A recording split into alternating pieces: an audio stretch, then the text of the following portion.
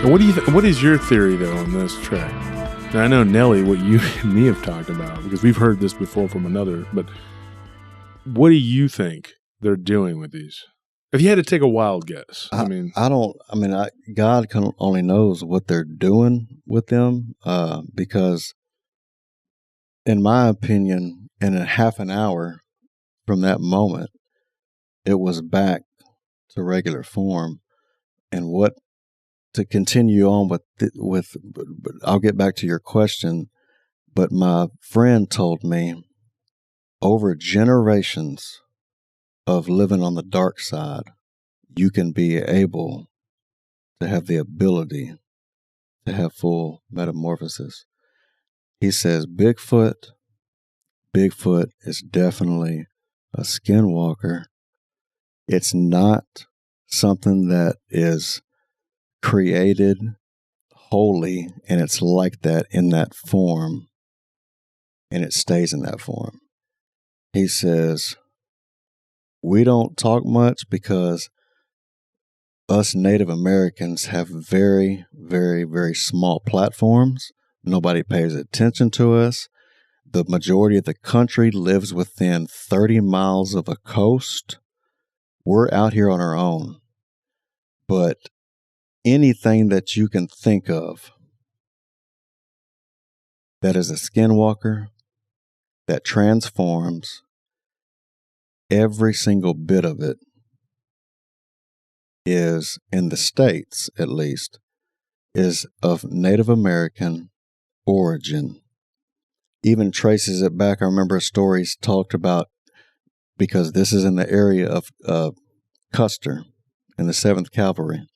He said, my ancestors along the Rosebud River and all that area of southeast Montana to where Custer's Last Stand took place, when the different tribes came together at the end, who were once warring tribes, but they came together at the end because their numbers were so small to fight off and to take whatever measures they could to, be prideful and to hold on to that way of life that they knew it. And, which is agreeable. I mean, who wouldn't agree with that, with what they did? I would hold on to it too. I mean, it was wrong with what happened to them. But they said that they would terrorize the U.S. cavalry. In the evenings, they'd be sitting out there on the plains. And obviously, this is of the dark. And we could get into that if you want to. But where you have good medicine and bad medicine, the good shamans, and then you have dark shamans, that the tribes would once put the bad shamans like as outcast. They didn't want anything to do with them because it was regular society and they were trying to do good.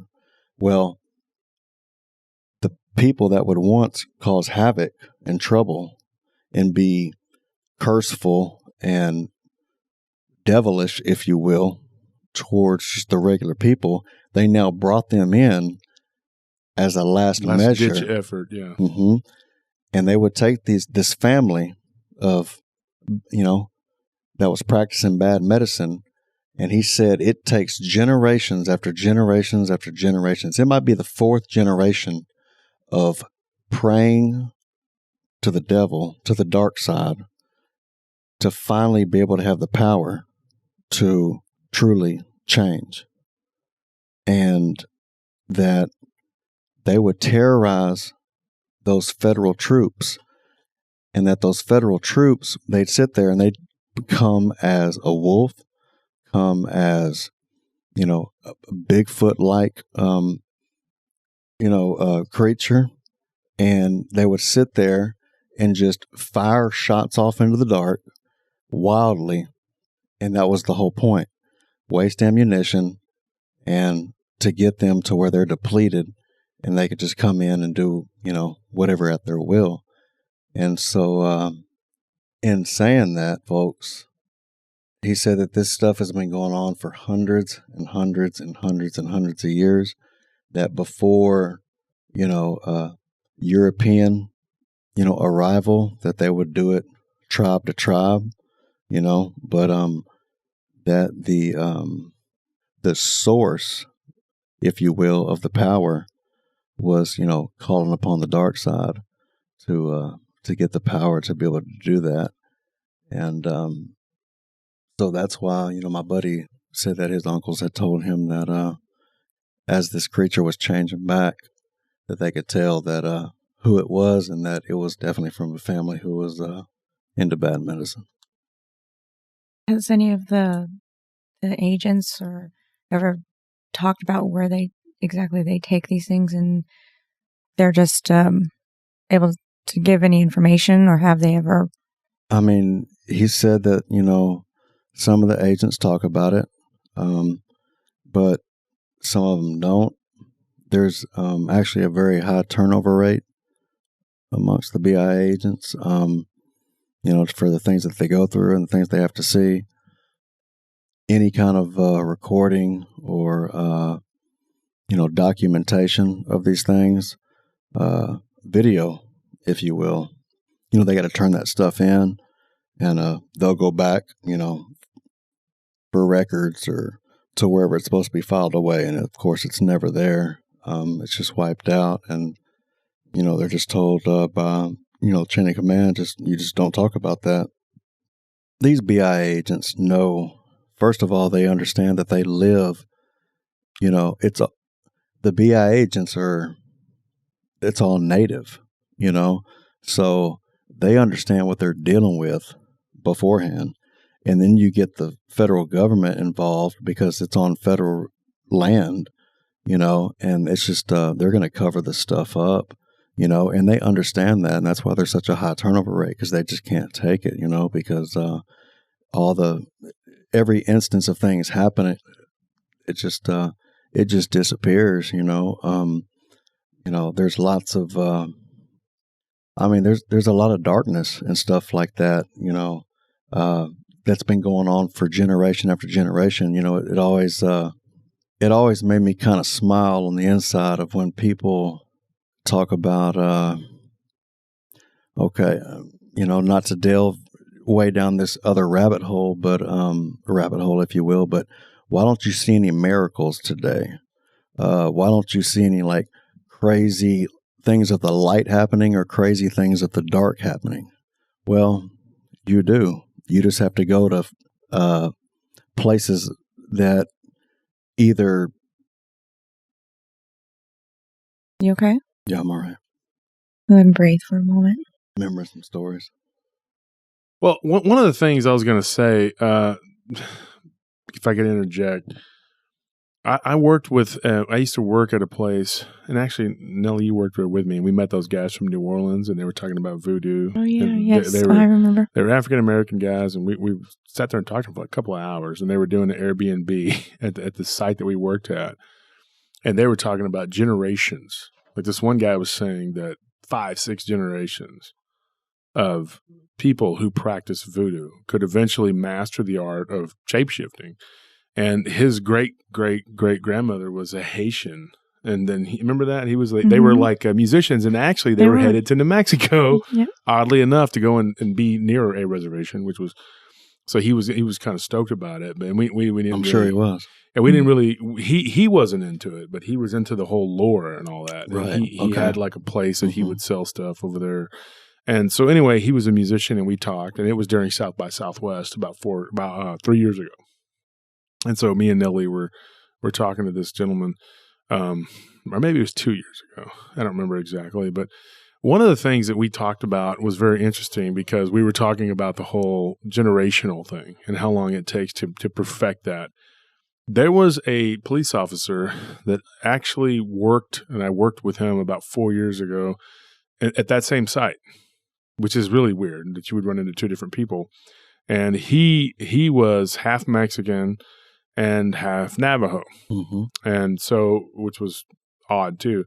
And so we were talking, and he said that his mother was Navajo and his dad was Mexican. And he was saying that these shamans, good and bad, could learn to shapeshift. and that they could take on different forms. And one of the things he said was you could take on the form of any creature that exists. Mm-hmm. And he said that if you took on the form of a werewolf or wolf man or whatever, because we talked about it because I told him what I'd seen, and he said that was not unusual, that he said that you could learn to take on the form of anything. And he believed that the Bigfoot was a real creature, a flesh and blood creature that was like a throwback relic prehistoric hominid, but that these shamans could take on the form of them and pretend to be them. But he said that they always had something that wasn't correct. Now, I learned this too when I had one of my Arab friends, and we were talking about Lebanese earlier that you're friends with and I'm friends with. And one of the Lebanese had told me, he said, when you see the jinn, these demons or whatever, he said they can mimic humans almost perfectly, but there's always one or two flaws. Right. And the eyes in particular. Now, that's weird. He said this one Arab told me that he would see his grandmother and he knew, or his grandfather, and he knew it wasn't his grandfather because his grandfather had green eyes, and he would see his grandfather with black eyes, and he knew it wasn't the jinn him. are very, very crafty. Very crafty. And so he said, no, that's not correct. And so he prayed. And so this police officer told me and my brother that one of the things that gave away the Bigfoot, or he had a weird name that they called him. I don't want to mess it up and butcher it because I'm not native, so I'm not of that kind of native anyway. But I don't want to say it. But it was like started with like an O or something. But he said that one of the things that they would see these creatures, they had red eyes, and he said you knew automatically that was Skinwalker, not of the actual Bigfoot. The Bigfoot had an orangey eye shine, whereas the Skinwalker had red eyes. And he said that it wasn't out of the realm of possibility that there was a physical Dogman type creature and that they were mimicking it. Now that's what he said. And then when me and Nelly talked to the African American gentleman, he actually told us kind of the same thing, that they would turn into these bird-like creatures, and he had like this name, I don't remember what the name was, but that they could mimic these birds, but that you would see the eyes, and the eyes would be, and so that was very telling that everybody always kind of said the same thing. You know, there was a guy that was from Hawaii that told us the same thing. People would mimic, and these was even weirder, that these people could shapeshift into sharks. Yeah. And that they could, and he told a friend of mine who's now deceased, you may have met him. He was one of my buddies from back in the day. He was a really good friend of mine. We were overseas together, and he was saying that they told him this. And then he actually got me in touch with this one guy, and he was a kahuna, as they call them. And he was saying that they would actually look like, they would see like tiger sharks. Right. They could go into the water and literally shapeshift into what looked like a shark, except they would have one or two flaws. Right. But you were saying that your friend told you that they could actually, over generations, almost perfect it, but never quite completely perfect it. But then they actually would choose to run around.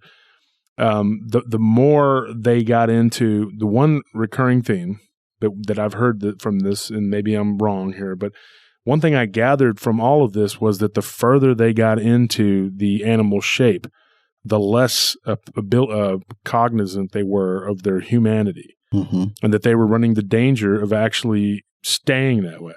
Right. Yes, and they would actually change into a horse. Well, you stay a horse, and you're just a horse. And you have to retain some of your humanity and connection to the world, and you would literally kind of be in the astral plane with the silver cord connected to this avatar, if you will. And you're kind of like almost like playing a video game with your mind. Right. I mean, it's if you will, find a happy medium, then you have more control. You know, if you went plumb overboard, or you may stay that way. And less cognizance of what you're doing. But if you can stay in that happy medium, then you can basically have the best of both worlds. You know, you can have the mind to operate and do whatever deed that you what evil deed they're doing, you change to do, and you know, yet have the mind and the sharpness to do it, but have the camouflage to appear as something different. You know, and he said that they used to torment them federal troops like it was crazy, and they would just, you know, they'd be terrified And then when the morning comes, and then they get raided, they've been up all night. Up all night, so you're not mentally sharp. Mm-hmm. So you're mentally fatigued, physically fatigued, and you're out of ammunition. And I had a friend that was he's Menominee, and he was telling me, and actually Squid's ex-wife is also Menominee. Squid, Mm-hmm. one of my guys from way back. But they were telling me that one of the things that they learned was that they believed that part of the reason why they lost was because they gave the dark side a platform. They really believe that. Like, they believe that they were almost like being punished for giving it over, you know what I mean? Like allowing them to be a part of it or whatever. That some of the elders were like, if we allowed the bad medicine, that it was going to be even more of a curse. You reap what you sow. Yeah, kind of like that. Yeah, and they were saying that, but then other tribes were just saying, you know what? It was just simple numbers. We lost because with simple numbers. But it was, hence the last resort that I referred to earlier. Mm-hmm. A lot of them were against it, of bringing some of these families in. No matter what, they didn't want to do it. Yeah, but at the end, they're like, what else do we have left? Yeah, what can we do? What choice do we have? Yeah, and there was a lot of like my grandmother's Comanche, okay, on my mom's side. So I'm actually Mexican and Comanche. But one of the things that I remember her talking about was that the Comanches didn't practice very much shamanism. They didn't have a religion. Their closest allies were the Kiowa, mm-hmm. but the Kiowa did. And I mean, you've talked about this. Mm-hmm. On the other side of the Brazos, the Kiowa had a stronghold there, and right. they were the Comanches' kind of like vassal group. They kind of answered to the Comanche. Comanches were pretty much, I would say, probably the meanest of all the natives. There's really nobody that could compare to them. And they were very, very small in numbers. The Comanche actually are an offshoot of those tribes up there. Oh yeah, in the Colorado. Cheyenne and the Arapaho. And they came down here and in a southeasterly direction, mm-hmm. down here, and when your numbers are small, you have to be savage. Yeah, savage, and they were the terrorists of that time, mm-hmm. and the Kiowa were supposedly from the Lakota. Mm-hmm. They were an offshoot of the Lakota, which were very close and trading partners. All three of them were close with the Cheyenne. Right. They would trade. They would sell horses and they would trade, and they were allies, but they each had their own individuality. And the Comanches were also made up of the Nermina people. They were made up of like 4 different groups: the buffalo eaters, the antelope eaters, the mountains, mm-hmm. the mountain climbers, whatever.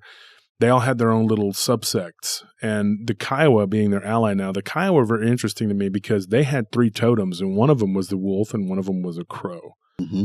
And supposedly they would worship these demigods, for lack of a better term. They would dance, and they would give, what do you call it, supplication? How would you say it? Like sacrifice to homage. They would pay homage to these gods that were of the nature. And I know that the crow was very prominent, and so was the wolf, and they all represented different things. And mm-hmm. their shamans could actually supposedly take the form of those. Mm-hmm. And the Comanche, now my great grandmother, of course, she was Comanche, and she was very adamant that this was very real.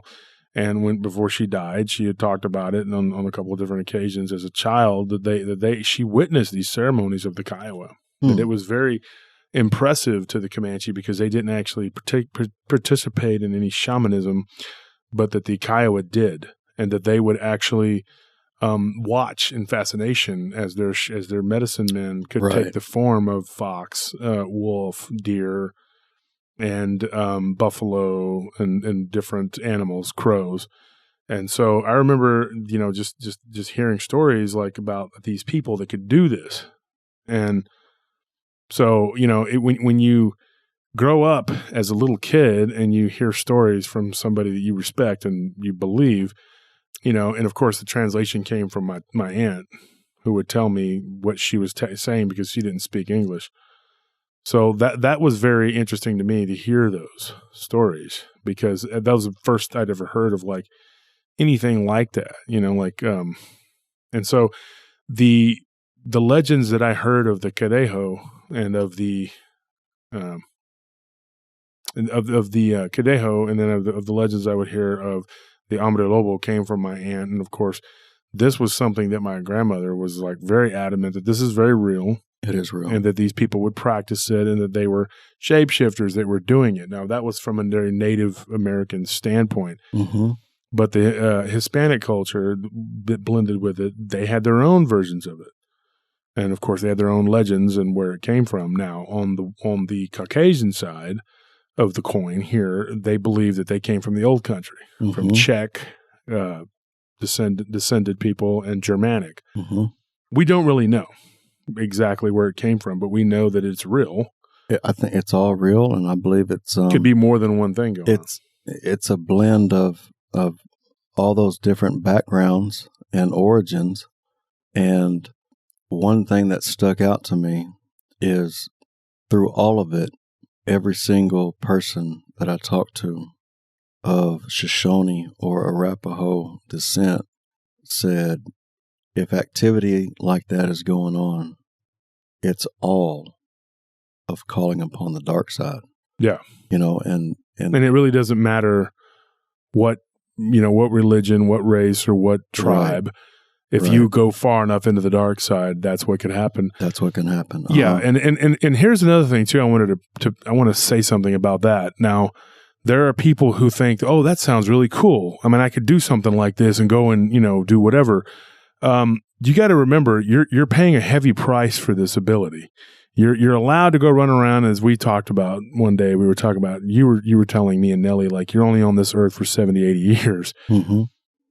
What happens when the bill comes due? It's like a credit card. You're going to pay interest for that. It's not a very logical trade-off. No, it's not, because you're trading your eternal soul for damnation mm-hmm. for a little short period of time. It's a sucker's deal. Mm-hmm. But when people are brought up in generation after generation after generation of criminality, it becomes habit. It's like La Cosa Nostra with the Italians. It was like they were in the mob and they were raised up in the mob. And I knew some guys from back in the day that were 5-6 generations deep in this, all the way back to Sicily. Mm-hmm. So they just continued to practice that criminality, and of course I got some close friends who are different ethnicities who do things, some of them, mm-hmm. and they have always just done that. And there's no, well, I'm not going to do that, because that's just what they've always done. Their great-grandfather did it and his grandfather did it, and they're going to do it. It's definitely familial. It's passed down through, of course, because, they would say the BIA agents would get a call and they would be called out to a certain village on the reservation. And when they arrive to that village, already with the knowledge of the family that is involved with the call, they already know what they're walking into. So they'll walk into this trailer where the wife calls, who has called 3 times in the last month. And it's the same ordeal when they show up. Go into the trailer. The wife's in tears, hysterical, place is a wreck. He's in the room. Of course he's in the room. He was in the room the last 2 times we showed up. Go back into the room, and he's sitting there levitating off of the bed, 3 feet above it. And they're like, okay. I mean, same old story. Are we going to go through this again? It's almost like you have to be, a common thread that I heard was, we're almost like in Catholicism, we're like exorcists also in a way, because they're fully possessed, levitating, and they go and they look at the wife and she's hysterical, and it's like, what do you want us to do? You go, whether you want to or not, you're going along with this, yet you call us. Why are you calling us? You handle it. You know what I mean? Mm-hmm. And so they're trying to, what's he doing? Well, I don't want to see him in this state. well, okay, don't live on the dark side.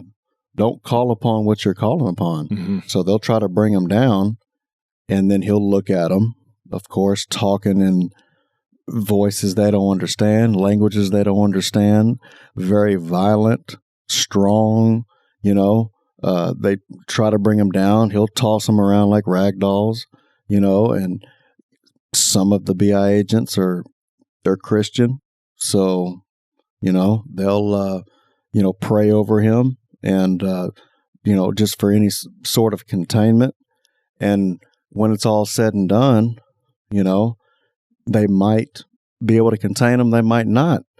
And when they leave, there's a couple instances of testimonies I heard. They walk in there and an infant, a young teenager is in there, and they've seen an infant sitting there in a crab walk, walking backwards with a ghastly face, just staring at them, talking SHIT, It's just it's just demonic written all over it, and when you draw that stuff into your household and you go onto that call knowing that family name and what they know that they're going to be walking into something evil, of course, that for generations. And you're talking about a baby. A baby. It's, oh my gosh. And so you're definitely right on the generational thing, because they don't even, and that just leads to, the turnover rate, because they can only see and deal with so much, But because it just makes them want to go crazy. And they just like, they don't know really how to handle it, because, they, on the third or fourth call, they just, they tell the woman, hey, what do you want? What can we do? What can we do? If you don't like what you're in, then leave. And it's, well, I can't leave. There's a hold over them. Mm-hmm. And if I do leave, well, there's bad medicine put on me. I could go to Egypt, and that medicine's following me, So it's definitely a generational thing, and it's just something that, you're not going to hear that on CNN or CSNBC. Yeah, no, they're not going to talk about it. Or, it's just, well, none of this is going to make the mainstream. I mean, and the thing, and the truth of the matter is, we're in an age where more people are becoming aware of it, but there is still a stigma attached to this stuff. I mean, I was talking to a guy one day, and I was like at the gym, and I was like, "This is what I do," and he laughed in my face, like, "For real, you believe in all that?" I'm like, "I've lived it, sir. I've lived it." And then I punched him in the nose. I'm just kidding. No, seriously. But I was like, you know what? I've lived this. I mean, this is real to me. Mm-hmm. We grew up here with these stories of, and if it wasn't us and our neighbors or somebody's had something weird happen. Right. And I think land can have certain, maybe a curse or whatever put on it. And it's bad. The land is bad. It's sour, the land. And I think there's certain areas, there's certain, bottom land out there near Thorndale. I can tell you there's some areas where I wouldn't go. And, and I honestly, I believe biblically that there's spiritual warfare that goes on at all times. I really believe that. I know we're both Christian. We were raised as Christians. It's happening all around us. Mm-hmm. Now, people say, well, you've had a lot of weird paranormal experiences. And I always tell people, so have you. You just choose to not pay attention. You're not paying attention to it. And you're living your life every day and just just going about your normal everyday life. Well, the native cultures tend to take it to heart, and they live that life literally, like truthfully live it, And so the spirit world is just a very big part of it, and I've said this before, we are not, physical beings having spiritual experiences. We are spiritual beings having physical experiences. Right. Yeah. I had a question about the BIA, because regarding earlier when we were talking, when I had asked a question about like what you think they're doing with them over there, I was thinking that they could be trying to decode their DNA so that they could mass produce these things and study their shape-shifting abilities so they can, create an army. Weaponize it? Yeah. That's a good point. I think if they look at their DNA, just in my opinion, that their DNA or it's going to be just like anybody else's. You don't think that it would have any differences considering the physiological changes that they can cause? No, I think that they draw their power, if you will, from the devil. And, if you call upon him long enough and hard enough, that, he's the king of the plane that we're on, of the realm that we see. And as they say, the God of this world. He is. Well, do you think that there's a possibility that they can be born skinwalkers, since the families are practicing this for generations and generations, and it's corrupting? It has to be corrupting their DNA. Their DNA, yeah. I don't think that they're born skinwalkers, but I think that because they're in that family, and that's the only thing that the families, just their vernacular, their lifestyle, their worship of the dark side, day in and day out, it's the only thing that they know. And they're in the middle of nowhere, Wyoming, which into a rabbit hole is the most least populated state in America. There's roughly plus or minus 500,000 people there. You mean like as far as land-wise per capita? No, I mean by far Wyoming is the least populated state in America. There's about 500,000 people there, and really, and they are in the middle of a reservation to where the numbers are very, very low concerning law enforcement. I don't know if I should say this or not, but for all the listeners out there, if y'all want to check out a very good movie, check out the movie Wind River. Jeremy Renner, I believe is his last name. The Hurt Locker, he was in that one. Very, very good movie. And extremely, just coming back from Wyoming, extremely authentic. Everything about it, the movie Wind River. And the BIA agents in that movie, going through what they go through, and the fight against local jurisdiction, federal jurisdiction, and just the red tape that they have to go through, literal hell, it's extremely true. So back to your question, ma'am, I think it's something that's learned. I don't think that as they come out of their mother's womb, it's in their DNA. I think it's what they see, and it's what they. If y'all heard that, folks, that's the west side of Taylor, Texas for you. But yeah, I think that's just it's what they know, and I think that at an early age, that's what they start to practice. And if like they say, I don't care if you're doing seances, messing with Ouija boards, or if you're just full blown out into devil worshiping, if you call upon him, what do they say in the field of dreams? If you build it, they will come. Yeah, he's going to come if you call upon him. That's frightening. It is frightening.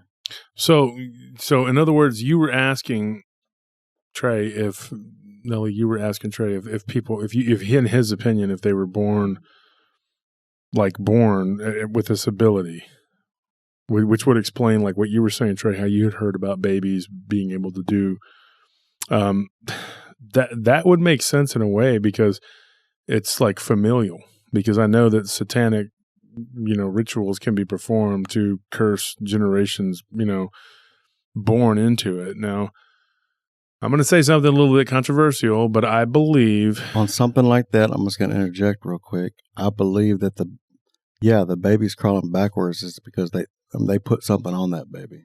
It's not the baby calling upon it. Yeah, but I'm glad you actually interjected, because I was going to say something controversial, which I'm not going to say now.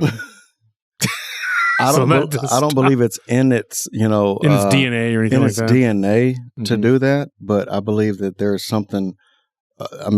Who knows in those households where no eyes are, what's going on in there, and what kind of dark stuff that they're praying, doing over that baby to you know what I mean. So to allow it to be possessed or manipulated. I want to ask you guys a question. Have you ever read anything about junk DNA? Now, I had read something in a particular publication. I don't really want to say names and stuff like that because I don't want the blowback of being sued or something if I misquote. But I was reading an article that was given to me by a fellow podcaster, and it was very interesting. It was a few months back, and it was talking about junk DNA. Now, I'd read about it about 10 years ago, but me and someone, Nelly, you know him, we were actually talking to him, and he actually gave me some information about junk DNA that was like kind of an update. There are people who have DNA that they call junk DNA, but that it matches up to animals. And they think it's just some kind of, coincidence or whatever. Because our science is so, they can't explain a lot of stuff. And there are people who have DNA that corresponds to birds and, not just avians, but like pig and... I've heard of this. Yes, and canine. There has to be something to that. I mean, like, why is it there? Is it lying dormant, waiting for you to turn the key to push you into some sort of weird state of being? Is it there as a doorway? We've talked about Nephilim, Trey, me and you. We've had so many conversations over the years. It's hard to even fathom. But and you're not talking about mafioso when pigs fly. No, we're talking about like seriously, these people have they have a DNA pattern, and like maybe there's something just waiting like a key to turn it to put you into that form. Well, I've heard stories of women in overseas in the Middle East, particularly is where I was told that it had happened, is that they'll give birth to babies that'll look like animals. Oh yeah. And the one she was telling me, this like a rabbit? Arabic lady, yes, the one I told you about, the Arabic lady was telling me it was her sister that had the baby, and it came out with a rabbit's head.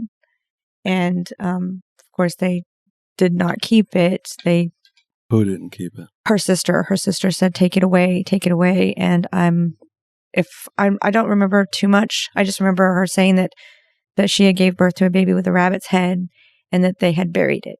I didn't ask any more than that. That is not unusual, considering like some of the Lebanese that I worked with were Druze, and they would talk. They believed in reincarnation, but they believed that there were curses that follow people from one life to the next. I'm not saying this is what I believe, folks. Okay, generational curses. We're talking about what different cultures believe, and they believed in shapeshifting too, and they believe that certain people are born evil, that they come back and they return to keep doing evil until they're stopped and then sent to a form of hell.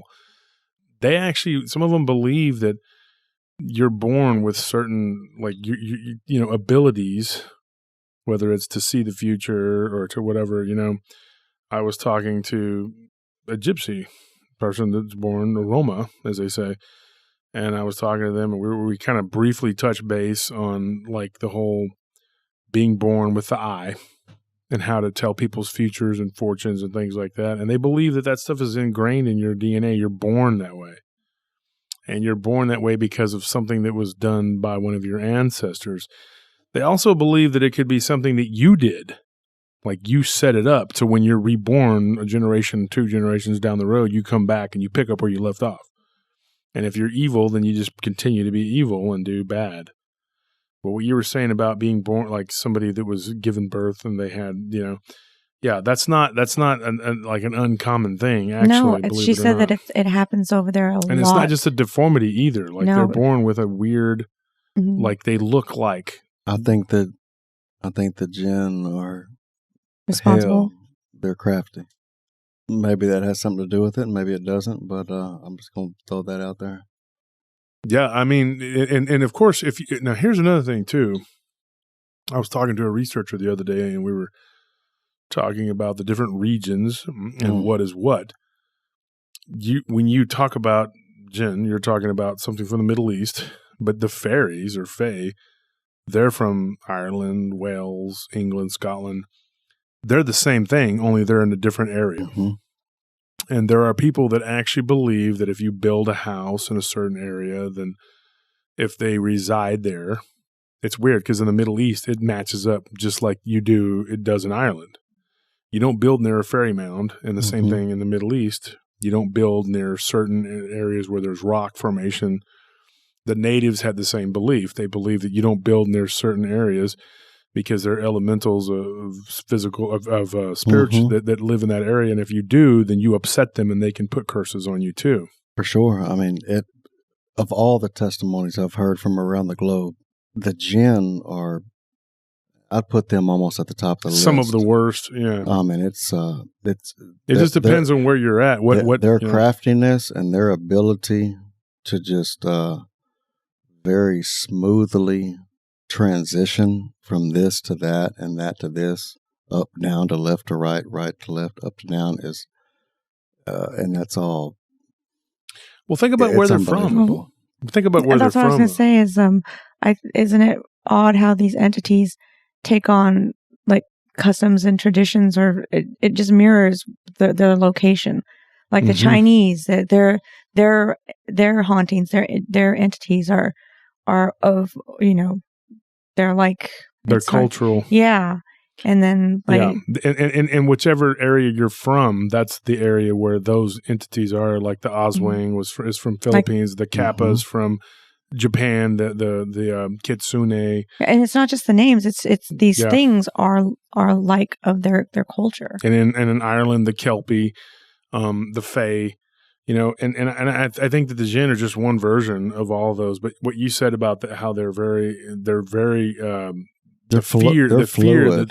And they follow people too. And a lot of people will put it on, the wars we've had over there. They come back with soldiers and things like that. For sure. I mean, since the late 80s, early 90s, our presence over there, and it's they can say what they want to say, but we've never left. And well, they have practitioners there too, Trey. Like just like you were talking about the federal soldiers, the Union soldiers being attacked by the shapeshifters, Skinwalkers, which are basically the elemental spirits flowing through humans. Exactly. The Arabs over there have done the same thing. They're evil practitioners. That is a bullet in their clip to use. That is, and they will use it against the Western soldiers who fought. Now, here's one thing. I got a story from a guy that this was secondhand though. His grandfather was in Afghanistan during the 80s when they invaded with the Russians. And the Afghanistan soldiers, which is something we've seen now too, and we've talked about this amongst ourselves anyway, that the Afghanis will, the Pashtun, they have practitioners too. And this guy, his grandfather was in the war in Afghanistan, and he saw shape-shifting they were jackals. I bet they were. And they were coming into enemy lines, and they were coming across, and they were shape-shifting, and these Russian soldiers were up all night shooting at these phantom jackals because they're freaking them out, and then the next day they got overrun. So you're going like, this is the very same thing that you're talking about with the shape-shifting that happened amongst the Lakota and the Arapaho that were fighting against the Union soldiers. This is the same thing. It's the their tactics are the same. The tactics are the same, and they're using...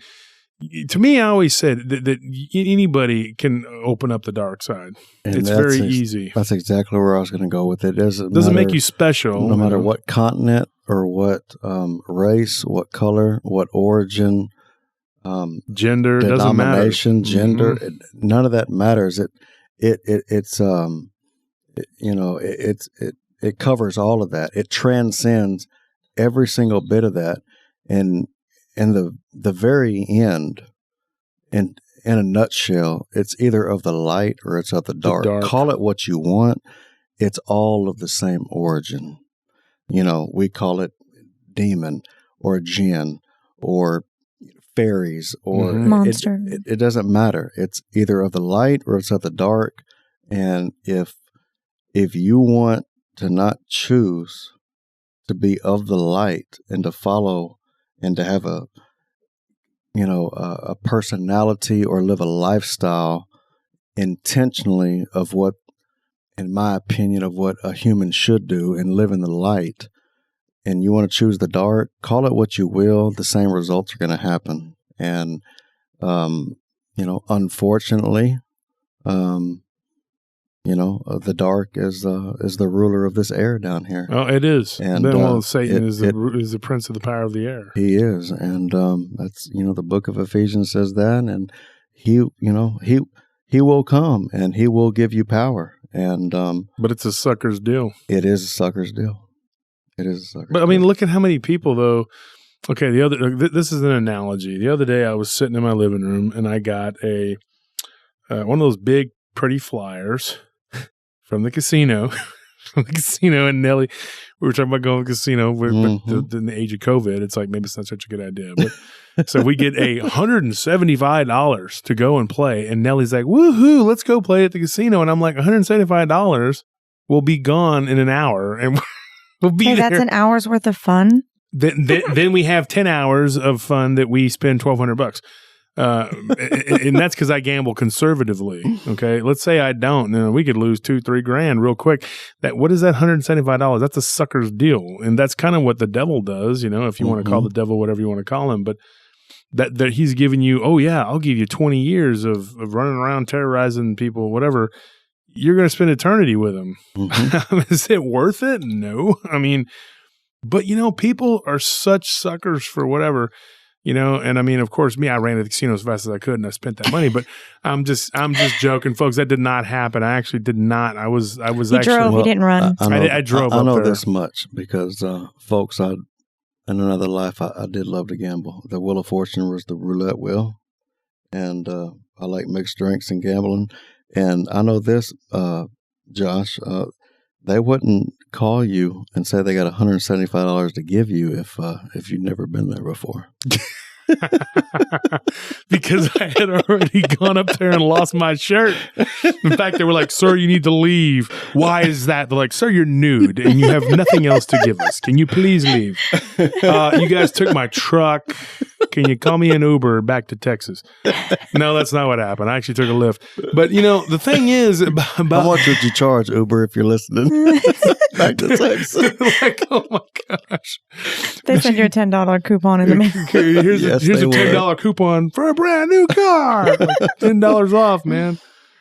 But then you got to come up with the other $38,900.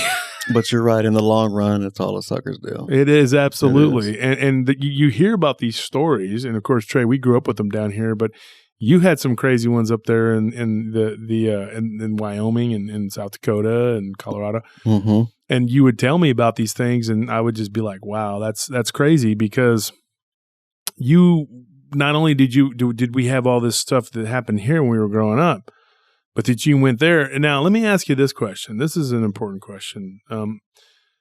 Did what went on here, growing up here with all the weird stories and all the stuff and all the people, did it prepare you at all for what went on over there? Was it like, oh my gosh, now I can deal with this?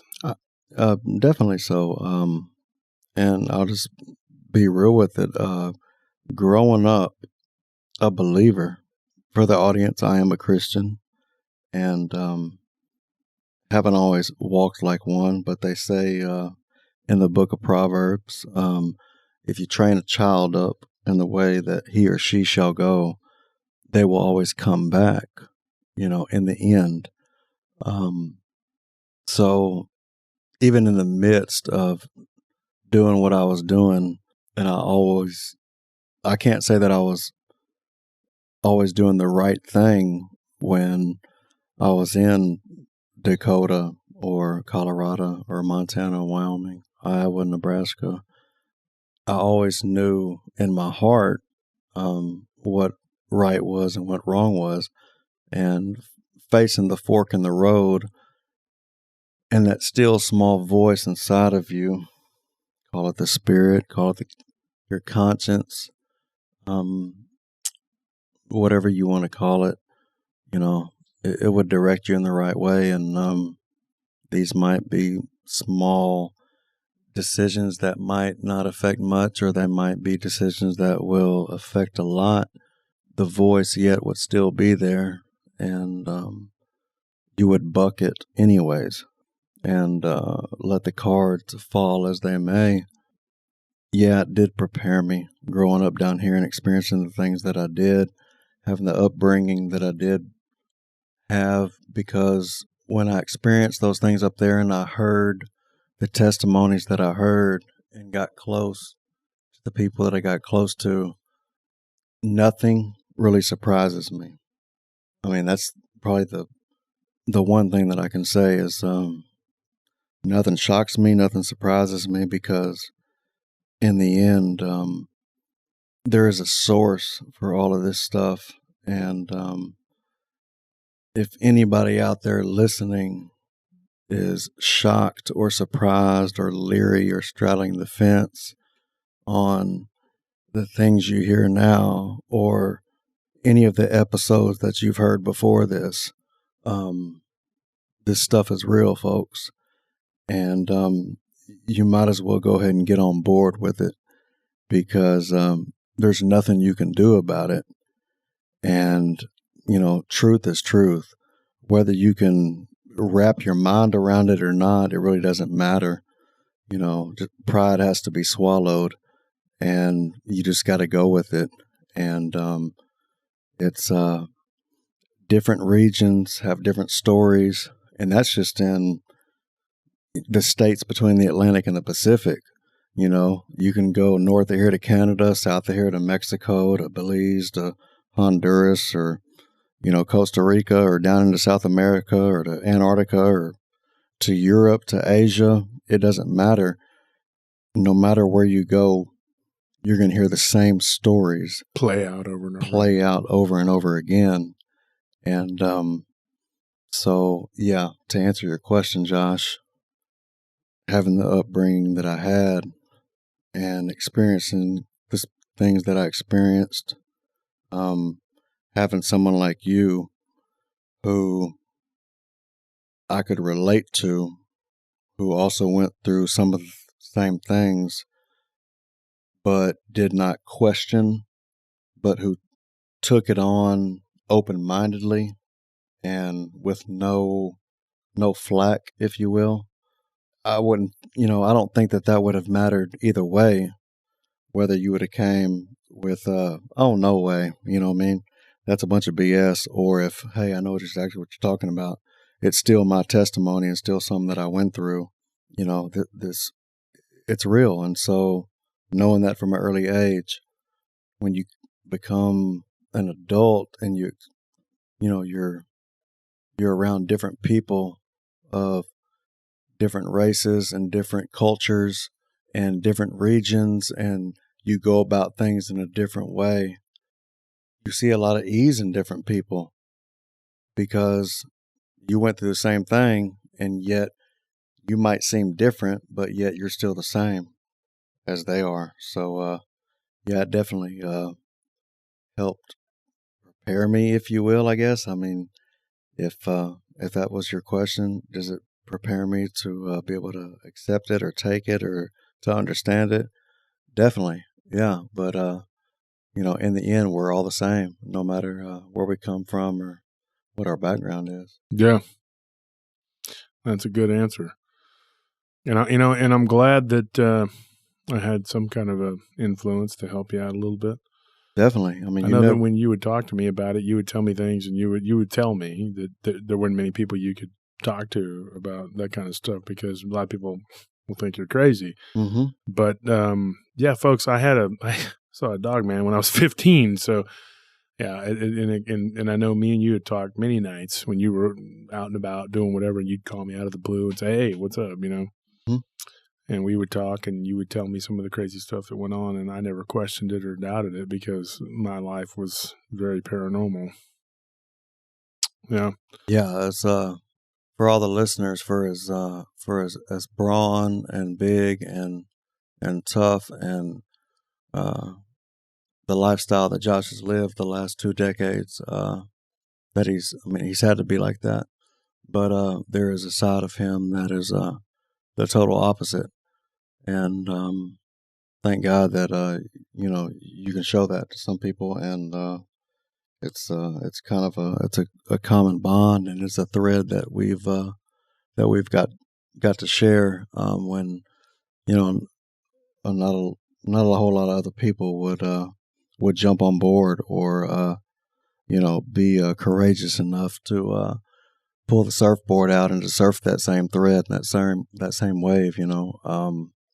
It's but I don't know, to all the listeners out there, they wouldn't be they wouldn't be tuning into this podcast if they didn't believe to begin with. So y'all don't understand. Yeah, they'll understand. That was what we had talked about too. Trey was like, I'll be able to talk to people who grasp, you know?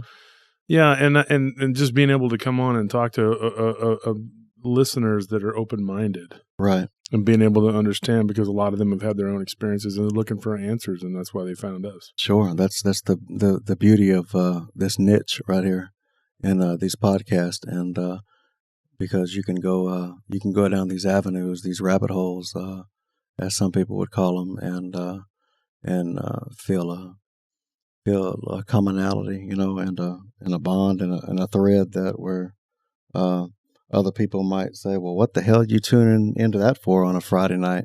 Well, you just wouldn't understand, but I get y'all. I understand. It's definitely something you have to experience to be totally on the level. But someone who believes, but you know, here's the deal, folks. Jesus said that blessed is he who believes, but those that have not seen and believe, you know, they're even more blessed because they believe it without even having to have experienced it.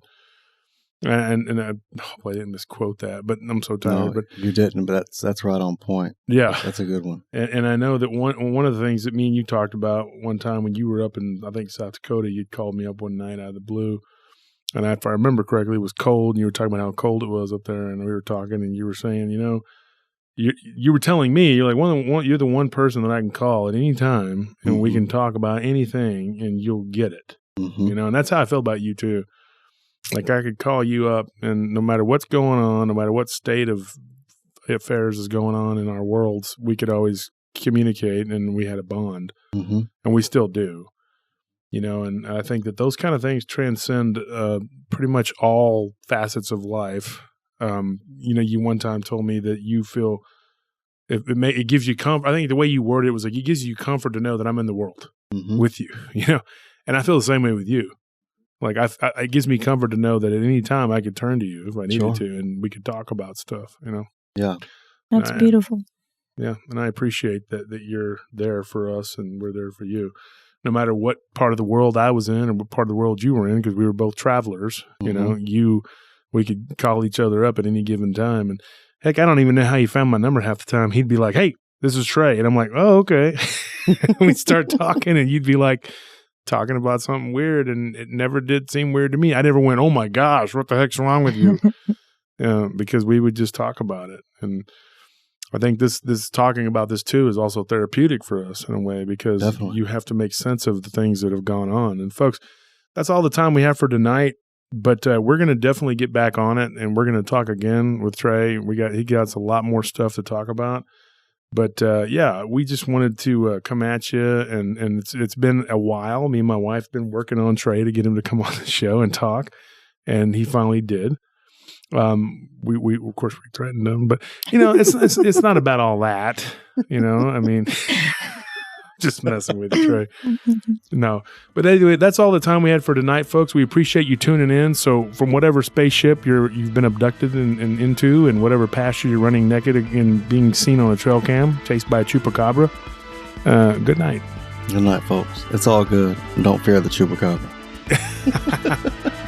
You can untie Trey now.